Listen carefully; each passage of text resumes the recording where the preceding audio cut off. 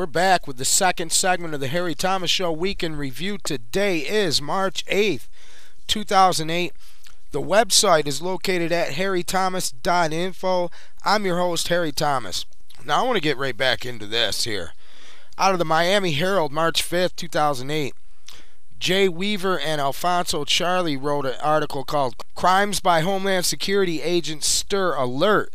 A Customs and Border Protection officer at Fort Lauderdale Hollywood International Airport was charged in February with conspiring to assist a New York drug ring under investigation by tapping into sensitive federal databases. Now, think about this. They undermined the federal databases by tapping into them. Now, you don't think any hacker off the street could do that too? Think about that while they're setting up these big databases. But that's a little off the track here.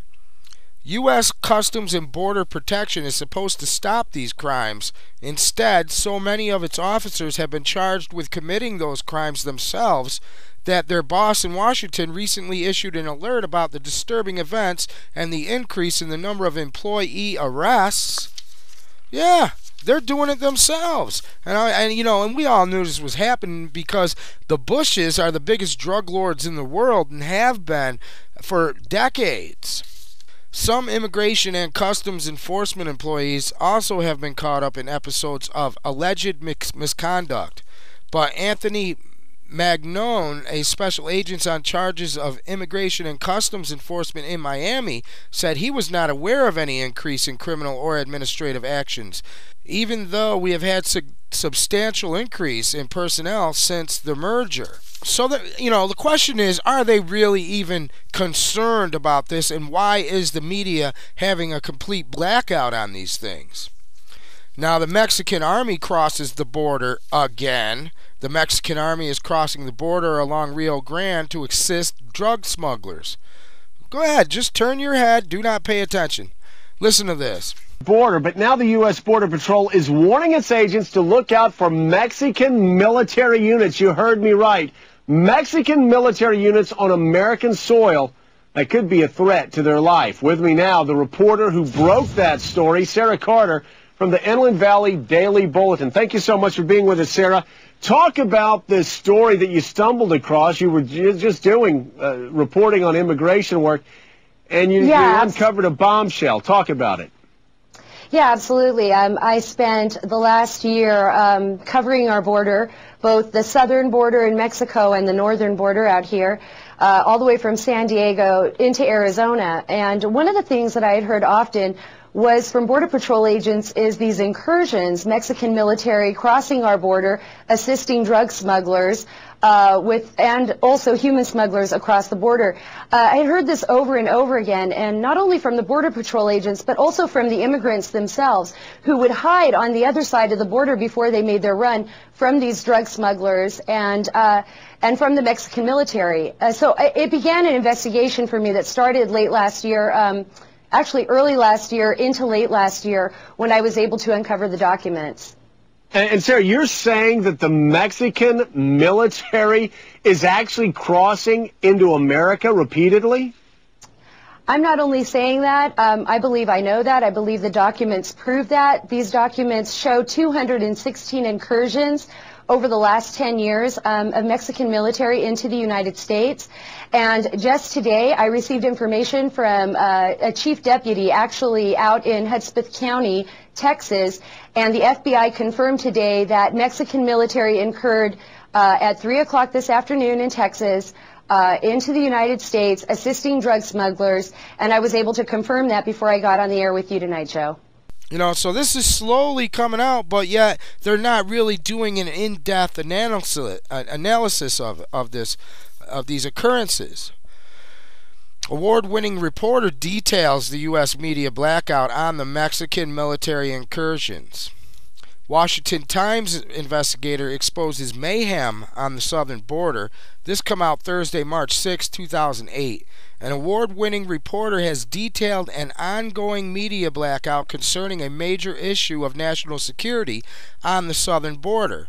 Sarah Carter, national security and Pentagon reporter for the Washington Times, spoke this week about consistent incursions into the U.S. by armed Mexican troops aiding illegal smugglers.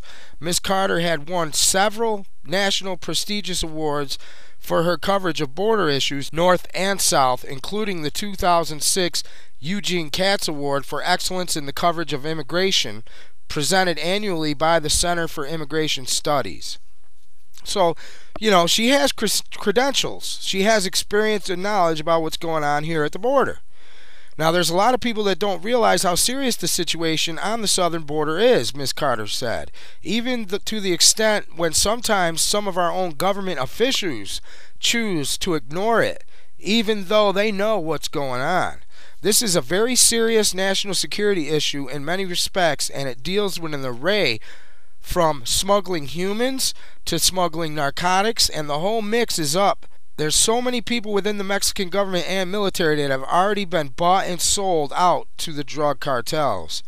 She says it's very difficult to distinguish between those who are really trying to do their job and those that are selling out to the drug cartels. I've seen it with my own eyes. I've been down there in many of the same border cities. I've spent an enormous amount of time in Mexico working with intelligence officials and others, and I have many Mexican sources who have said, please get the truth out, Ms. Carter. Now, Ms. Carter pointed out that although such activity has been ongoing for years, there is essentially a news blackout in America.